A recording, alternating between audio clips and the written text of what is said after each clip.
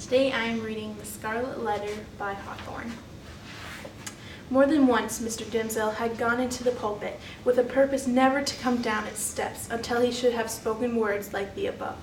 More than once he had cleared his throat and drawn in a long, deep, and tremulous breath, which when set forth again would come burdened with the black secret of his soul. More than once, nay, more than 100 times he had actually spoken, but how?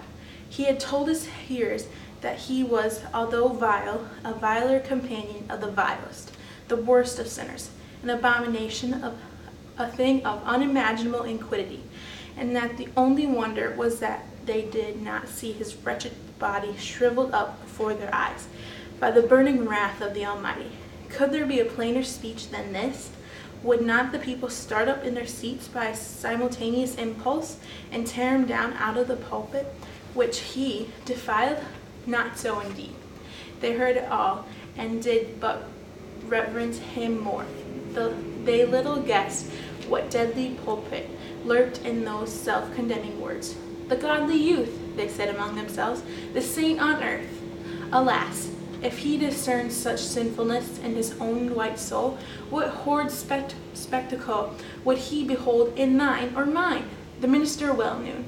Subtle but remorseful hypocrite he was. The light in which his vague confession would be viewed, he had striven to put a cheat upon himself by making a vow of guilty conscience.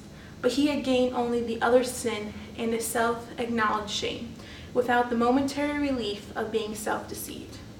He had spoken the very truth and transformed it into the veriest falsehood, and yet, by the constitution of his nature, he loved the truth and loathed the lie, as a few men ever did. Therefore, above all things else, he loathed his miserable self.